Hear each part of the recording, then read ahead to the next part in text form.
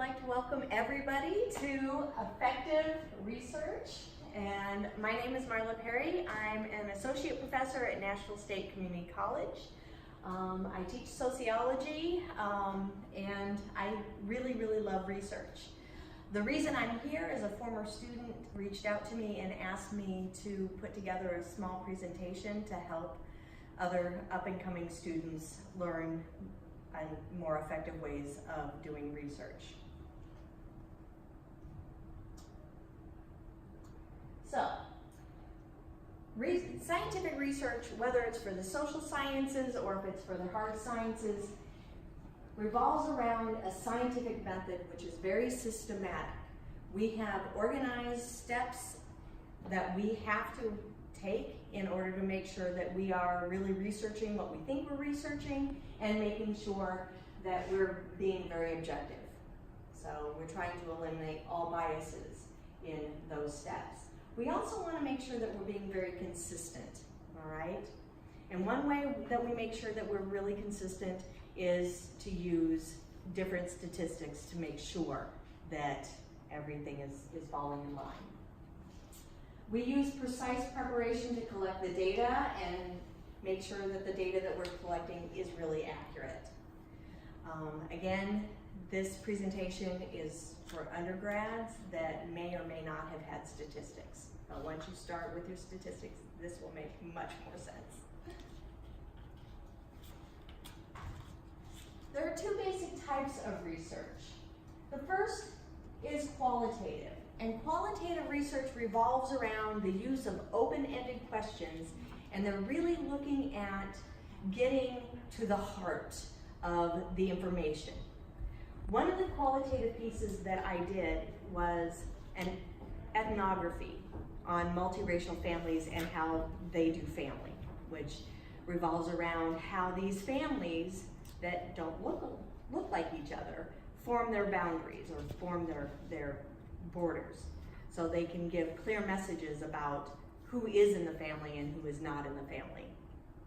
So an ethnography revolves around following people, documenting what they do, interviewing them, getting their feelings about what they are doing, getting their thoughts about how, well, in this case, family was actually formed and maintained. Quantitative research is more exploratory about the relationships between variables. And we will use either research questions or hypotheses to test those relationships between those different variables. This method uses numbers and statistics, so means, modes, standard deviations, chi-squares, all those fun things that you'll learn more about in statistics.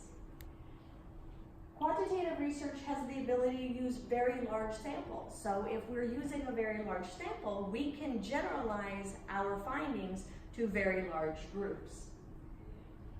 We use closed-ended questions, or we use a method called codifying, where we will place numbers on the different themes so we can run statistics and find the relationships. Both methods are, I lost my train of thought, are reliable, all right? This one, qualitative research, small samples, and you're trying to really get an in-depth understanding. Quantitative research, again, this is to study larger populations. A lot of our public policy is based on quantitative research. One of the things that we need more of are younger researchers who are going to start looking at outliers, and we'll talk more about outliers in a little bit. Here are some basic elements of research.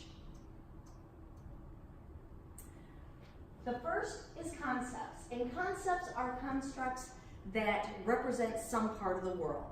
So in sociology, we do a lot on race or class or gender. So gender is a social construct. So we think about it as being masculine or feminine, which translates into male or female. So many times on a questionnaire, they'll ask you your sex, right? Male or female. They might ask you, you know, the range of income, your level of education. All of those are constructs. They're measuring some aspect of the world. In order to use concepts, we have to operationalize them. So we have to measure, we have to make sure that we're measuring what we're really measuring. My first thesis I did on parental well-being and Promise Jobs. Promise Jobs is Iowa's welfare to work program. And so I sat down and I was thinking about, well, what does it mean when you're talking about well-being? So I went to my major professor, because this was for my first thesis, and he's just like, okay, so what's your research questions? Well, I want to know how Promise Job participation influences family well-being. And he's like, that's awesome. What do you mean? Well, what do you mean, what do I mean? He's like, well, what is well-being? And I'm like, it's a general feeling of well-being. And he's like, no, you have to be able to define it. You have to operationalize it. Are you talking about emotional well-being? Are you talking about physical well-being? Are you talking about financial well-being? What kind of well-being are you talking about? And I'm like, okay, well, let me think about this for a while. So I went home and I thought about it. And I was like, well, I think it's a combination of all of those things. Financial well-being, so you're not stressed out. Emotional well-being, so you know you're stable and you're happy. You know. So I went back and I talked to him and I said, well, probably measures of happiness, maybe some measures of financial well-being. And he's like, okay, well, how are you going to find that out about family? And I said, well, I'll just send them a questionnaire. Well, who's going to fill out these questionnaires? Well, the family members. And he looked me dead in the face. He goes, Marla, what happens when you have an infant? How are you going to find out if they're well? I'm like, well, okay. Another glitch in my research. And again, this is a total normal process of any research. So if you run into little snags and it makes you think a little harder, that's exactly what research is supposed to do. So the next day I went back and I spoke to him again and I said, okay, I'm going to redefine this. How does Promise Job participation influence parental well-being? Now I don't have to worry about family well-being. I'm just going to interview the parents. And I thought that was pretty good. He's just like, that's wonderful, but how are you going to ask these questions? I'm telling you, old man, you're wearing me out. And he laughed and I laughed and he sent me on my way. So I got a little bit unnerved and I was like, I probably need to do some digging. So I went to the library because at that point we didn't have this wonderful electronic library where you guys can now all sit in your pajamas and do research on your couch. I actually had to go to the stacks and use the card catalog. Those were really big boxes with actual cards in them, okay? So I decided, what's the opposite of well-being? What do you guys think? What is the opposite of well-being? Distress. Distress, okay. What's another one?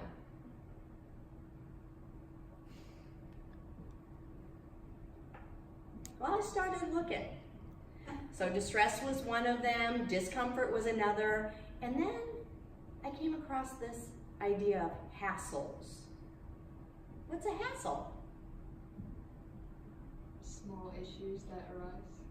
Yeah, they're just things that make you kind of go, ooh, right? So I was like, all right, well, let me do some more digging. And sure enough, I found the coolest, because I'm a geek, the coolest pre-made survey on measuring hassles. So I was really proud of myself, and the next week I went into him and I showed him this research and I said, okay, so I'm gonna define well-being, I'm gonna operationalize my concept of well-being is the lack of hassles, and this is how I'm going to measure it. And he's like, this is perfect, make up your questionnaire and get it sent off. And I was like, all right, I am almost there. So again, when you're working with concepts, you have to be able to measure them precisely. You have to be able to operationalize them. And some are really easy to operationalize, but others, will take you a little time and effort. Now, after you operationalize your concept, that's when it becomes a variable. And we have many different types of variables, but for the basics, we're going to talk today about the independent variable, the dependent variable, and control variables. Independent variables are those variables that influence the dependent variable. The dependent variable is what is being influenced. When we start talking about cause and effect, that becomes almost too simplistic. It's a little more involved, but you can think about it. The independent variable is the effect, and the dependent variable is the cause or the outcome. Control variables are those things that we hold constant to really measure the difference between the independent variable and the dependent variable. In a little bit, I'll show you a quick exercise to give you a little test. Then, after we have our concepts and our variables, we start to think about the measurements. And that's the process of determining the value of the variable in a specific case. I was very fortunate with my hassle scale. It was on a Likert scale. So 0 was no hassle, 5 was extreme hassle. So Likert scales are part of the whole research type of quantitative research. They're asking closed-ended questions, and you as the respondent have to circle a number, okay?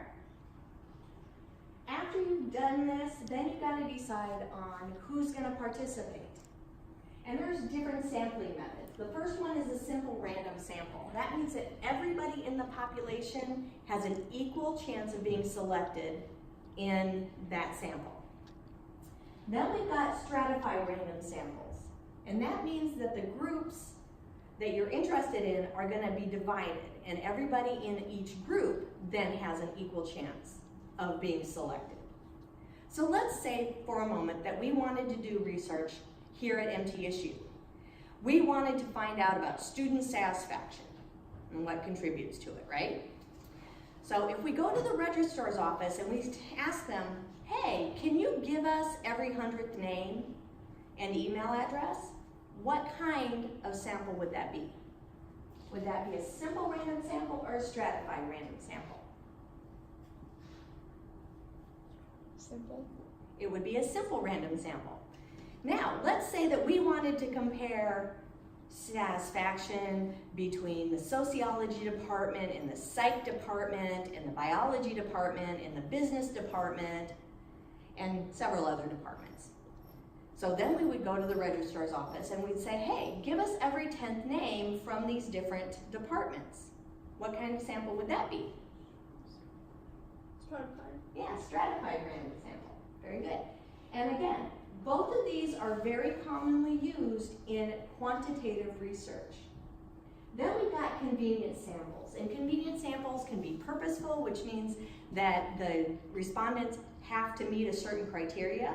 So for my multiracial family research, guess who only qualified for that? Families. Families who are multiracial, right? Because you can't just go out and because not everybody's part of them. So I started with a core sample of 5, and those 5 led me to 5 each. So that was 30 families, and by the time I was done, I had about 55 families, multiracial families, in my study. Then we also have, which is called a snowball sample, is when respondents refer other respondents. And then we've got volunteer samples. So volunteer samples, you're just taking whoever you can find. At Iowa State, when we wanted to do a lot of research, we would make surveys and we would go to large classes like Introduction to Soc or Introduction to Psych, and we would hand out the paper copies. Not everybody would fill them out, so they volunteered to do that. Are there any questions about this? What's the snowball sample? A snowball sample is when respondents refer other respondents, okay? And it's, again, it's a type of convenience sample. You're using who you have access to. And again, this is usually used in qualitative research, and you're looking for, a very specific criteria, a specific population.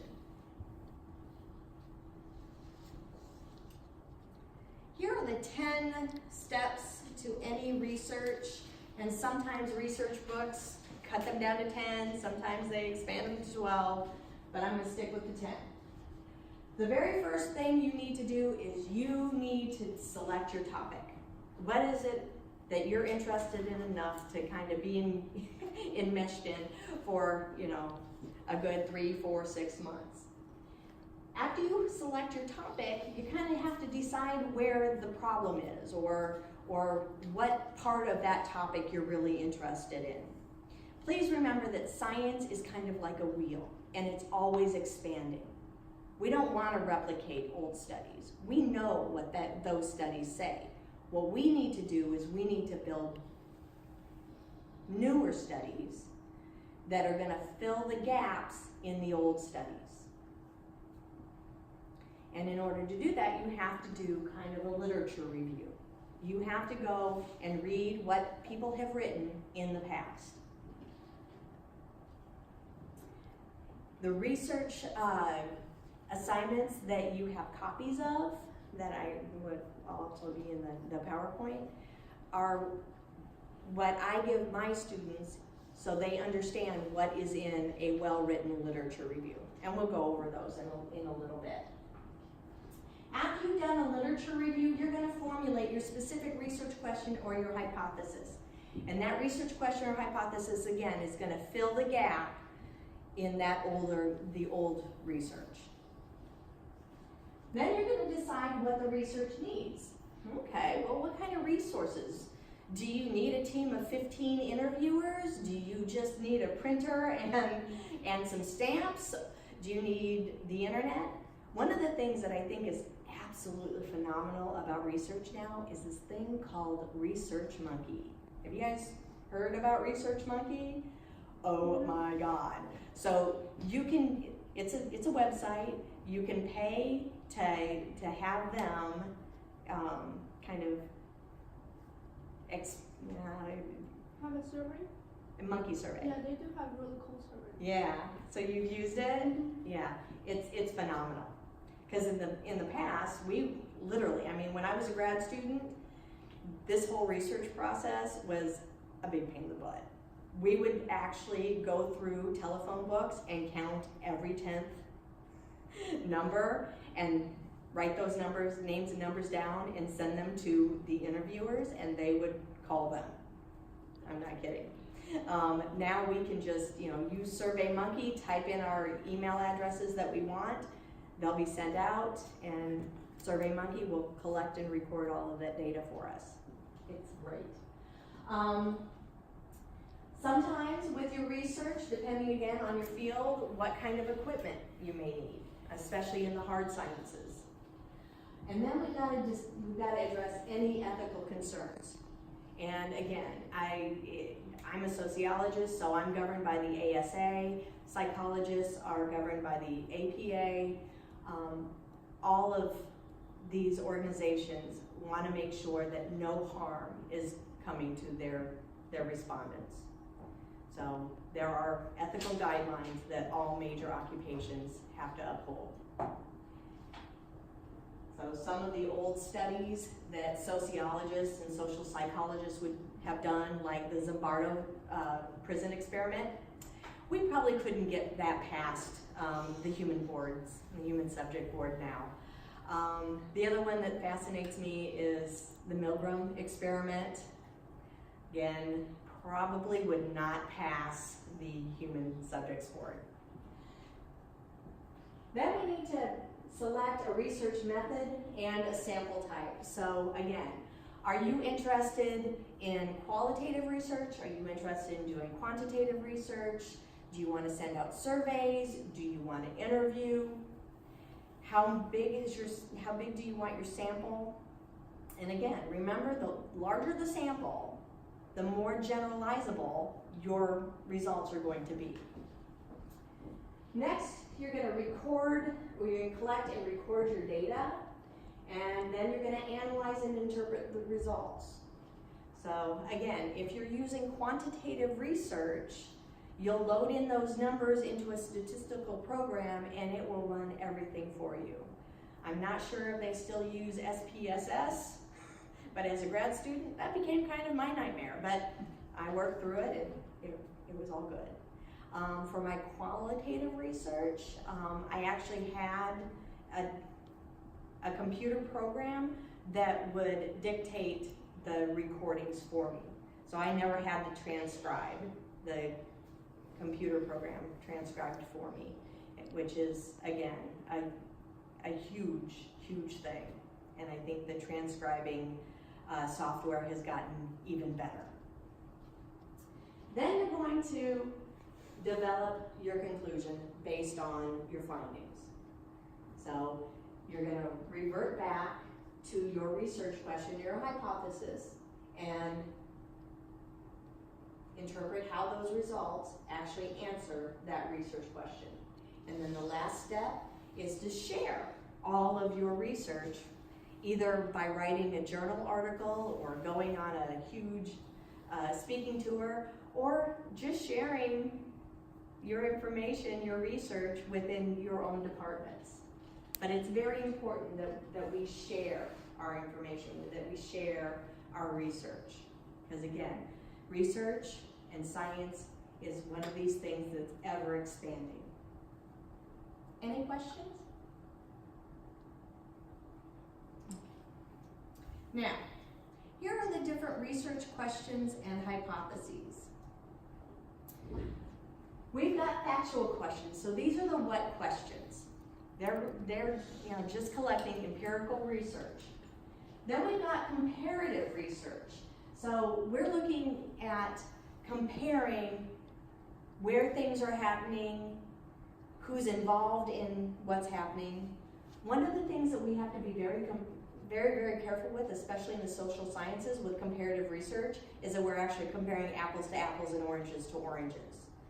There was a research that was done in the 1960s that compared American families to a country in Africa's families. Well, two very different cultures. So if you are going to do comparative research, again, you have to make sure that you are comparing within the cultures and not between cultures. Then we've got the developmental questions, and these are the how do these phenomena happen across time? How do they develop? The next are my favorite. I'm like the perpetual 3-year-old, and if you know anything about 3-year-olds, what's their favorite question, you guys? Why? Why is the sky blue? Why is the sun yellow? Why is the grass green? Yeah, I'm that kid. So this always tries to find those causes. Why is this happening? Why does it work this way? And what's really cool about why questions is why questions lead to more why questions. So once you start asking why, it just builds and builds and builds. And then we've got hypotheses, and these are educated guesses between the relationships of the variables, between the variables, all right? So hypotheses are only used in quantitative research. Write that down, remember that, okay? Hypotheses are only used in quantitative research because it's the educated guess between variables. So we've got causal hypothesis, which means that X just influences Y. So promised job participation influences parental well-being. But if I wanted to predict, I would make a predictive hypothesis, and I would say promised job participation lowers parental well-being. That was my original hypothesis, and my major professor was like, nope, you're not doing that. And I'm like, but that's what I think. And he's like, and that's the problem. And I said, okay, well, why is that a problem? And he's just like, well, what if you found out that promised job participation actually increases parental well-being? How would you feel about your research? And I got to thinking, I'm like, okay, well, maybe you have a valid point. If I don't come out with saying it lowered it, and I thought it lowered it, then that kind of makes me feel like a failure. So let's play it safe. So I played it safe. Let's just say it influences. We're not going to predict an increase, we're not going to predict a decrease, we're just going to say it influences it. So what do you think I found, you guys? Did I find promised job participation increasing or decreasing parental well-being? Increasing. What do you think? Increase? What do you think? For about 82% of my sample, it did improve their well-being. It gave them something to look forward to. It gave them the structure that they needed. It gave them that opportunity to go to school and get their degrees. But for my other 18%, it became really, really problematic because they didn't have the supports that they needed. They ran into transportation issues. They ran into childcare issues. Because again, this was back in 1989, and right after welfare to work programs were coming off the federal hill. And the supports were just not there. So it really did hurt some families. But again, this is why we need more up-and-coming younger researchers to find out why those outliers are the outliers and what we can do to kind of, help them be able to be as successful as the others. Now, here are the research designs or the research methods. Oops. All right. So, we've got surveys. And surveys can either come in terms of questionnaires, which are primarily closed-ended, or interviews. And again, interviews can be closed-ended questions or they can be open-ended questions. So how many of you have ever been sitting down to dinner and the phone rings, you pick it up and it's some survey, poll, or whatever? Are they asking you to describe, or are they just asking you to pick A, B, or C, or 1, 2, and 3? Just answer questions. Yeah, so if it's just on a scale of, then that would be quantitative research. If they're asking you to describe your day or the product or how you feel about the product, that's qualitative research, and they're using open-ended questions. And usually with those open-ended questions, people will come out with themes, all right? And some research will then actually codify those themes and be able to run statistics on them. A lot of marketing people do a lot of research. Then we've got observation. We've got two types. We've got the participant observations and we've got the non-participant observations. When you're doing a participant observation, you are part of the group that you're actually studying. And you've got to be really careful that that group doesn't know that you're the researcher, okay? Because one of the things that happens is you've got, people who know that they're being watched, they'll act different. How many of you have ever heard of the Hawthorne effect? What is the Hawthorne effect? Where did it come from? Do you know? You've heard it? I've heard it. Well, Hawthorne was a lighting company, and the owners wanted to know if the brightness of the factory would influence the production. So they kept the lights bright, and then they measured the productivity, they lowered the lights, they measured the productivity, and it didn't change. And one of the reasons it didn't change is because the workers knew that they were being observed. Okay, so people will adapt to being observed, and they will act accordingly. All right. So you kind of, when you're doing a participant observation, you kind of want to keep it low key and not let people know that you're actually doing research on them. Non-participant observation, you're kind of like the fly on the wall. You don't want to be intrusive, you just kind of want to observe. So ethnographies are a form of non-participant, which I did with my multiracial family. I stalked these families in public. I didn't stalk them, they knew I was there. They knew I was documenting things. I asked them questions about, their interactions with people, how they felt about what people said to them and things like that. Then we've got experiments. And experiments, you can do those in the lab or you can do them in the natural setting. The ones that are in the lab, they're highly controlled. And there's a lot of psych research about video games and aggressive behaviors and seeing how long, you know, kids can be in front of a violent game before they start, you know, acting aggressive. I'm not going to say that they're violent. I will just say that they may might be some aggression there, okay? One of my favorite experiments, it was called the pilot experiment, and what they did is they divided a group of people into a control group and the experimental group. Both groups had their eyesights tested, and then they went and did a simulation. Okay, so they acted like they were in a cockpit and driving a plane, or flying a plane. Drive cars, fly planes, okay. Well, the experimental group actually got to dress as pilots. So they got the uniform and the hats and the whole 9 yards. So then after the simulation, they had their eyesights tested again. And guess what people found? What do you think? The people who were dressed like pilots had better results. Exactly. Their eyesight actually improved. So there's a lot to be said about dressing and acting a certain way, because that actually may have some physiological changes in your body, all right?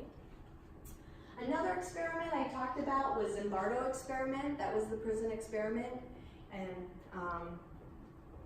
faculty divided the group into prisoners and guards, and they called it off within 6 days because, again, the guards really acted like guards and the prisoners really acted like prisoners. So the thing that I deem out of that is we will live up to or down to the expectations placed upon us. All right?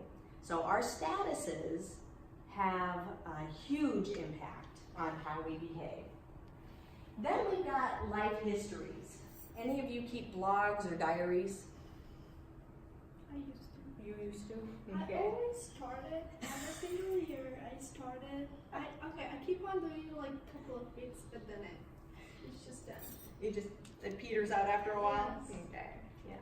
Well, diaries are phenomenal sources of historical information.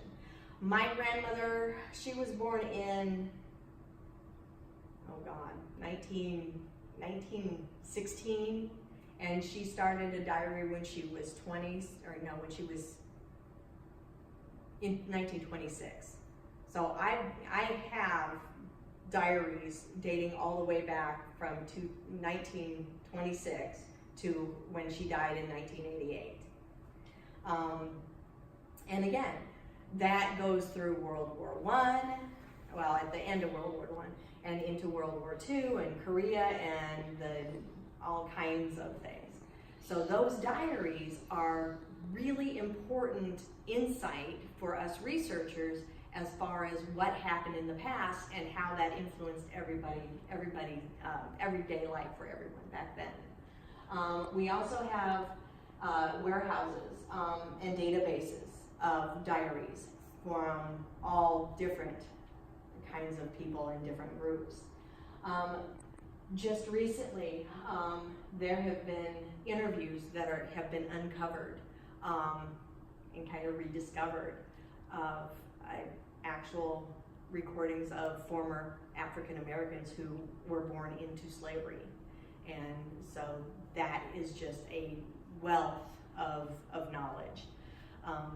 Don't know how close you guys are with your grandparents, but again, if you can sit down and get them to talk about their lives, there is so much rich information about what happened back then and how back then influences what's going on now, and maybe some parallels to, you know, what happened 50 years ago may actually start to reoccur now, and we can run some parallels.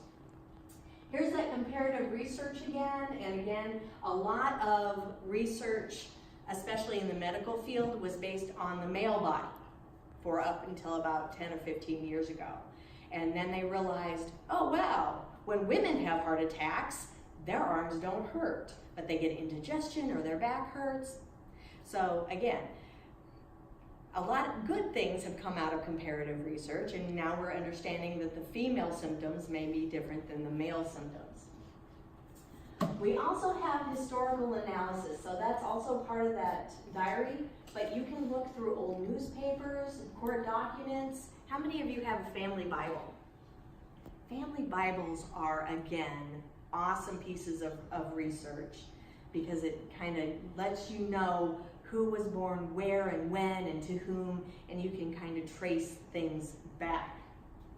Court documents are also a really good source of historical analysis. You can start to look at, you know, how precedents were set in the past. And last but not least, we have a whole slew of secondary pieces of research, so databases. If you are a social scientist, don't waste time and energy developing your own method or your own research instrument for your master's. Go through these databases and look for things that would help you answer your question.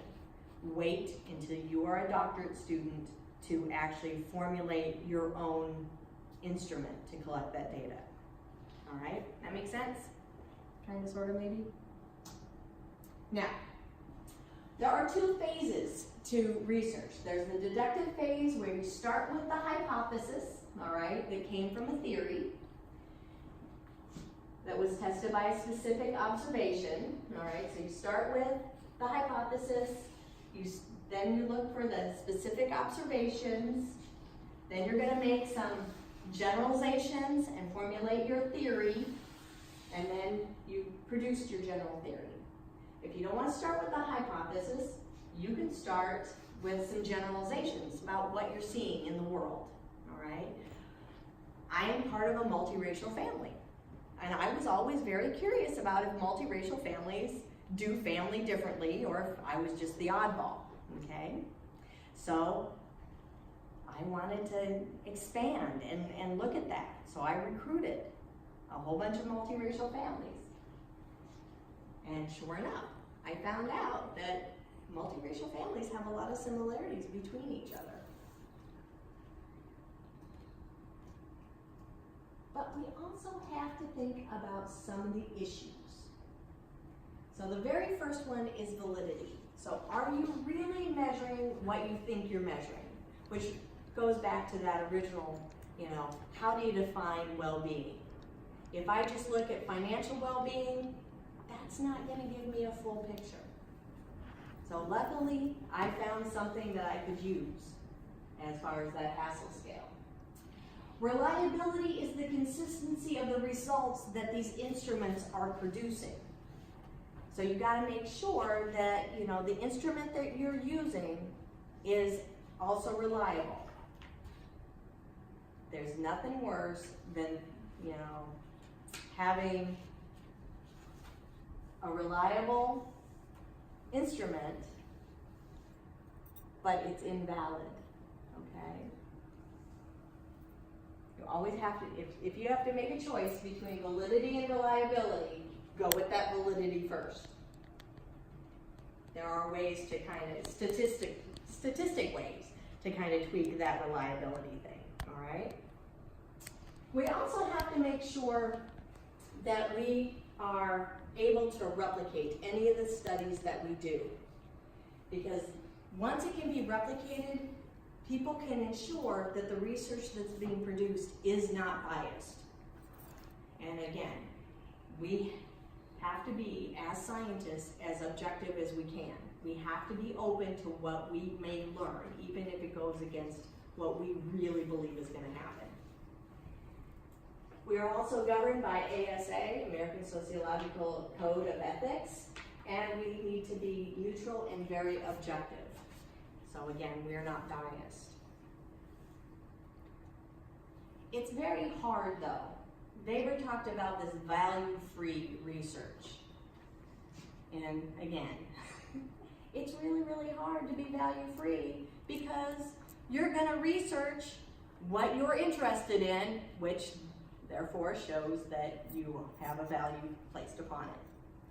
But as you develop your research skills, the more courses you take, the more you'll be able to kind of put your personal beliefs to the side and use rationality and logic to understand how these pieces and parts fit together. Here are some more statistical things that we have to take into consideration. So this is this has to do with more statistics, but it's also very important with quantitative research, that we understand that there might be 3 or 4 or even 5 more variables that influence that independent variable and the dependent variable's relationship. So the very top, density of living conditions influences delinquency rate. So this is density, delinquency. Density is the independent variable, delinquent rate is the dependent variable. So the more crowded it is, the more likely it is there's going to be some people who are cutting up, right? But then when we start adding in this whole idea, well, income influences density, because the poorer you are, the chances are the more crowded areas you live in. But income level also may influence delinquency rate, because again, which neighborhoods are more likely to be patrolled? Uber wealthy neighborhoods or lower income neighborhoods? Again, lower income. So once we start to control, because this is our control variable, the income, then this correlation disappears. So we always have to kind of keep in mind when we're doing research is, what are some of those other things that could be influencing the relationship between our independent variable and our dependent variable? And then start to control for those so we can make sure that the independent variable is the primary influencer. Any questions about this? Are we good? Now, we also have some limits to sociology, but also to any research, especially when we're dealing with social science. Our behaviors and us as individuals, we are far too complex to really understand cause and effect. We have this thing called free will, and at any point we can invoke that free will, so that makes us kind of unpredictable. That's why in social sciences we use this thing called confidence levels. So when we're talking about confidence levels, again, it's a statistical method or a statistical practice in quantitative research. So they come in 0.9, 0.8, 0.7, 0.6, anything below 0.6 becomes a crapshoot, okay? How many of you have taken probability and statistics? Not yet? Okay. Well, it's like rolling the dice. You've got a six-sided dice, right? So you throw the dice, you've got 1 in 6 chance of it coming out to be a 1. So these confidence levels are kind of like that. So if it's a 0.9 confidence level, that means that 9 times out of 10, the relationship between the independent variable and the dependent variable will hold. If it's 0.8, it's 8 out of 10. If it's 0.7, it's 7 out of 10. Guys got that kind of idea? Okay. We also need to take into consideration the presence of the researcher and how that's going to affect that experiment. So the Hawthorne effect again. We also kind of need to take into consideration the race and the class and the gender of the researcher, because that could also influence how the respondents interact or react to the researcher. The presence of the experiments also may affect behavior. So if you tell your respondents that you expect to find X, Y, and Z, chances are they're going to give you X, Y, and Z. So that's why when you're introducing research, you have to ask for their consent, but you don't really want to give a lot of detail about what the research is all about, because you don't want their answers to be biased. We also need to understand that social patterns change over time, and now with technology, I think that kind of speeds up this change.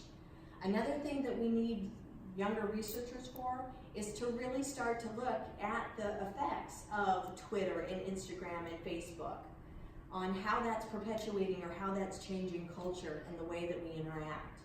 How many of you would rather text your friends than have a face-to-face conversation? Really? You guys are the awesomest, because let me tell you, I've got students who are like, yeah, let me text them. I don't want to have a conversation. Oh, and God, don't use the phone. The voice, oh God, no, they don't want to do that. They just want to text. Then we also, again, back to this the value-free research. We've got to set aside those personal beliefs and those personal values so you don't bias your research. We also need to take into consideration, after we do the research, who's got access to those notes. By and large, research notes are private. And unless you come across something that's outrageous and horrendous, then you'll have to give up your notes. When I was doing research at Iowa State, I became a mandatory reporter. So if I went into a situation and I found that somebody was being abused, I had to contact the authorities. That was the correct thing to do. By and large, again, if the researcher has to violate confidentiality, it's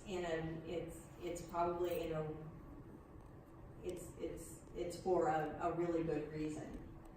We also have to take into consideration if there's going to be any harm to the researchers. So again, before you ever start doing research, you're going to fill out forms for your human subjects boards, and they are going to say, yes, you can do this, or no, you cannot do this. Your major professors will help you decide what questions to ask, what methods to ask, and hopefully they'll do that before you go through the human subjects board. But even with your major professors, okay, the human subjects board might say, let's back this up. You can't phrase questions like this, or you can't do this.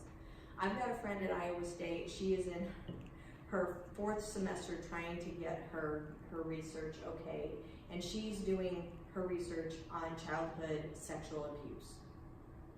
How do you ask somebody about that without them being re-traumatized? And so that's the big issue.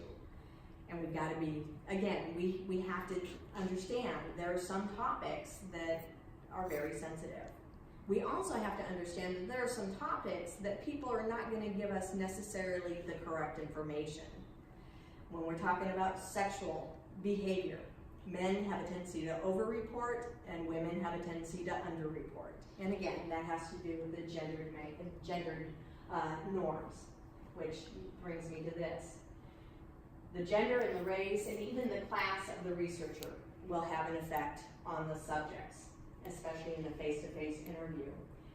Gender bias, blindness has happened a lot, so we have to be aware that men and women's experiences are very, very different. And we're not going to be able to ask the exact same questions to men or to women.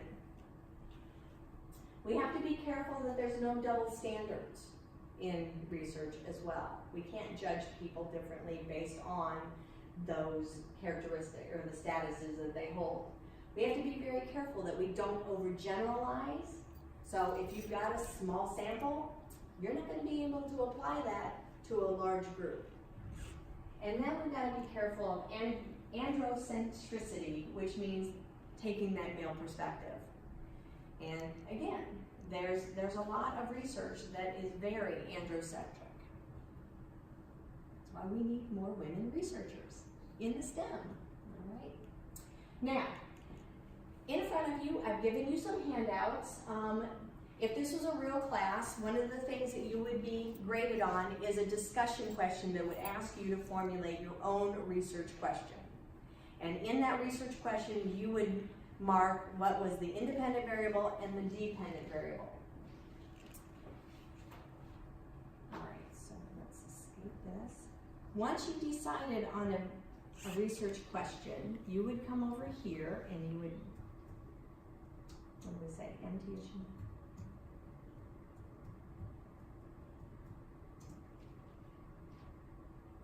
you would type in, oops, did I break it?